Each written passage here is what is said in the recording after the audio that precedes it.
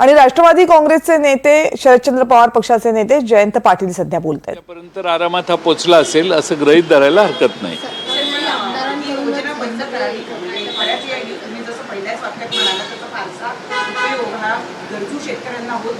ज्या दिवशी सरकारने घोषणा केली की 1 रुपयात आम्ही विमा देतो, त्याच दिवशी ठरलं की राज्यातल्या शेतकऱ्यांनी 1 रुपयात विमा घ्यावा आणि पुन्हा आम्हाला काही विचारू नये। आम्ही त्यांच्या नावाने पीक विम्याचे हप्ते भरत राहू।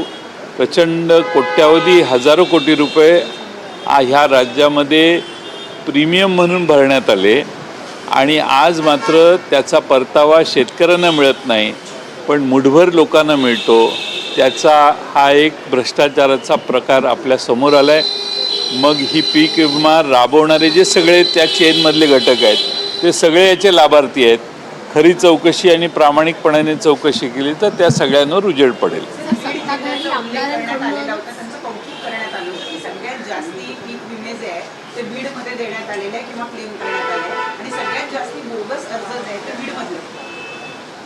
हा फार मोठा धक्कादायक प्रकार आहे।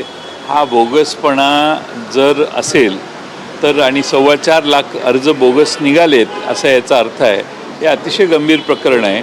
महाराष्ट्रातल्या शेतकऱ्यांना लुटायचं आणि बोगस पद्धतीने तेच पैसे काढून घ्यायचे, हा प्रकार महाराष्ट्रात सतत दिवसाढवळ्या चालू आहे आणि सरकारने याच्यात सरकार सहभागी आहे का असा याचा आता अर्थ होऊ शकतो।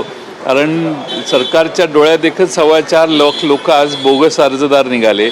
त्यांचं जर सरकारने हे सिद्ध करायचं असेल की आमचा काय याच्यात सहभाग नाही, त्या 4.25 लाख लोकांच्या अकाउंटवर मागच्या 5 वर्षात किती वेळा पैसे गेले याची हिशेब आणि तपासणी महाराष्ट्रात सरकारने केली पाहिजे।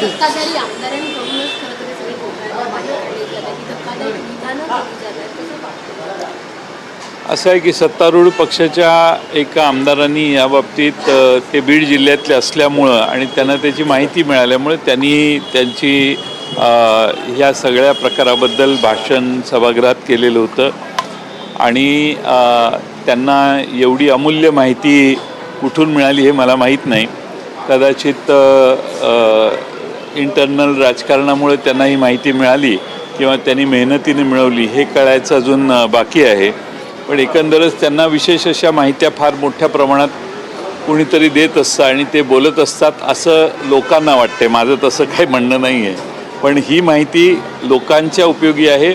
मी त्यांचंही अभिनंदन करेन की त्यांनी ही माहिती सभागृहासमोर ठेवली, सरकारने चौकशी केली आणि आता 4.25 लाख लोक बोगस आहेत हे त्यामुळे निदर्शनाला आलं। बीड संतोष देशमुख हत्या प्रकरणामध्ये एक आता नवा CCTV समोर आलेला आहे। जे आरोपी आहेत संतोष गुले वगैरे चाटे यांच्यासोबत वाल्मिक करार देखील आहे। ज्या ठिकाणी हा कट शिजला त्यामध्ये वाल्मिक करारचे चित्र देखील दिसत आहेत। CCTV समोर येतो आणि इतर जे आरोपी आहेत ते देखील सगळे नाही काय पोलिसांनी याचा योग्य तपास केला पाहिजे। पॉलिटिसाइज या गोष्टीला यासाठी मी मुद्दामून यावर का बोलत नाही, तर मला असं वाटतं की पोलिसांचा तपास इम्पार्शियल व्हावा आणि कुठल्याही दबावाशिवाय पोलिसांनी तपास करून जे सत्य आहे ते पुढं आणावं।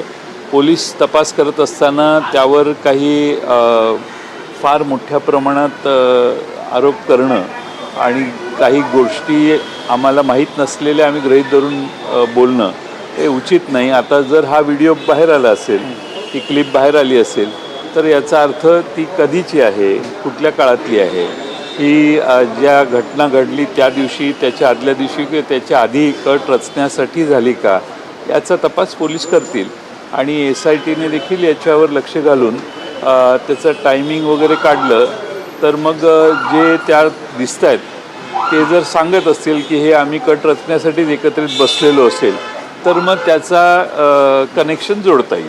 पालकमंत्री पदावरून सध्या महायुती सरकारमध्ये प्रचंड नाराजी दिसते, घुसफूस दिसते। 2 पालकमंत्री पदांना स्थगिती देखील दिलेली आहे, परंतु आता राष्ट्रवादी काँग्रेसमध्ये देखील घुसफूस पाहायला मिळते। केवळ अजित पवार यांनाच एक जिल्हा मिळालेला आहे, इतर राष्ट्रवादी सोडून गेली तर शिवसेना आणि भाजप यांच्या पक्षांना 7 जणांना जिल्हे मिळाले आहेत। फक्त अजित पवारांच्या पक्षांना अजित पवारांना तेवढा एक पालकमंत्रीपद मिळालेलं आहे जिल्ह्याचं। स्वजिल्हे मिळणं आवश्यक असतं, कारण त्या जिल्ह्यात त्याला काम करून दाखवता येतं. आणि दुसरा जिल्हा असला तर तिकडं जाणं येणं हे जमत नाही मंत्री महोदयांना. त्यामुळं प्रत्येकाचा आग्रह तो असणं स्वाभाविक आहे. पण या सगळ्या गडबडीत आदिती तटकरेंना मिळालेल्या जिल्ह्याला स्थगिती मिळाली, हे फार आश्चर्यकारक आहे.